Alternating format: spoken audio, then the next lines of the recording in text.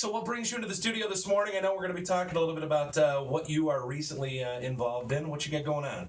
Well, I'm the president of the Energizers Toastmasters. You're the president? I'm the president. Doug Brinker, the president. That's a little scary. Yeah, it is. I'm messing with you, Doug. Charge. What is Toastmasters? What is this all about? It's a leadership organization that teaches individuals how to improve their communication skills and overcome the fear of public speaking and improve that self-confidence. And that's Very like the cool. number one fear. Yes, like, it is. I think it's like public speaking heights death. I think Yes. that's like the order of what it is. Did you ever have that in radio? Did you ever have a fear of, I guess, speaking in front of people? Not necessarily on a microphone, but have you ever been to like a concert or something like that where you had to get up and introduce the band? Did you ever have that stage fright? Oh, microphones terrify me still. Really? I think still. It's very strange. It's very different being. Because you seem so comfortable on the microphone. Well, the very first time I ever was on radio, I was, I could sit in a room and I could chat with anybody and it was fine, but you turned my mic on and then I would go. Yeah. Right. And I would kind of sweat and you get all those physical kind of things that happen. It gets easier and easier and easier, and I've been in the theater a lot and all that. There's still that anticipation. There's still that little bit of nervousness when you go to do something and you kind of get one shot to get it right. And there's still all of that for me. It's maybe tucked in the back, but it helps, I don't know, maybe keep me. I think if I ever get to the point where I'm just really, whatever. Do you feel like that, Doug? Do you feel like, have you ever had that little stage fright? I mean, you're obviously doing this for a reason. Yes, I originally, back in 1990, when I first joined Toastmasters, I stood with my hands in my pockets, my head buried, every other word was ahs and ums, and today I have that confidence to stand in front of a crowd, don't matter what the size. In fact, next month I get to go down.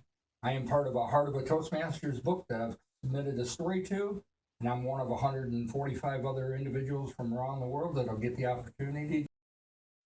The Chris Matthews from Hardball was a former Toastmaster, and in fact, he's on one of the short video presentations of what Toastmasters has professionally done for his career. You are on your way. President Doug Brinker talking about Toastmasters. Thanks, buddy. Thank you. That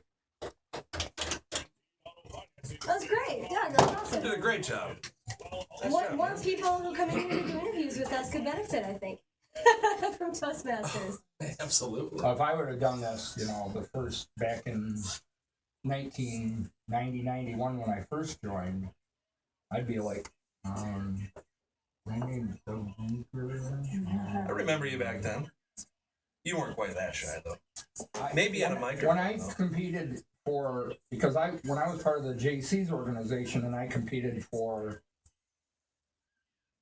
11 years in the Speak Up competition that they would have at the state level every quarter, I would never win. And it was, which is in my story that comes out next month in that Heart of a Toastmaster book.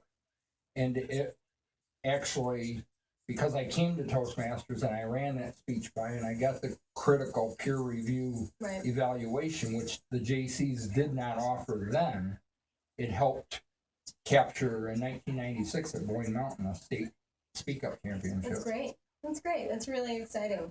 It's a phenomenal thing, I think, to overcome, to be terrified of speaking in public and to force yourself into a really uncomfortable space. And the winner has to, when you get announced, the winner has to go up on stage in front of 758, 900 Michigan JCs at the luncheon and give your winning speech.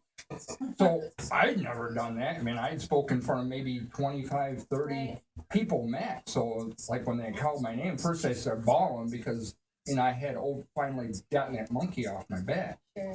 And then I had to go up in front of a ballroom full of people and give my speech. It's like, in front of a microphone for the first time. All right, it's out. Microphones are scary. I think I always think about it every time that I get in front of people like that. I think I always think about it in the back of my head, but then there's another little person in the back of my head going, "Don't screw this up.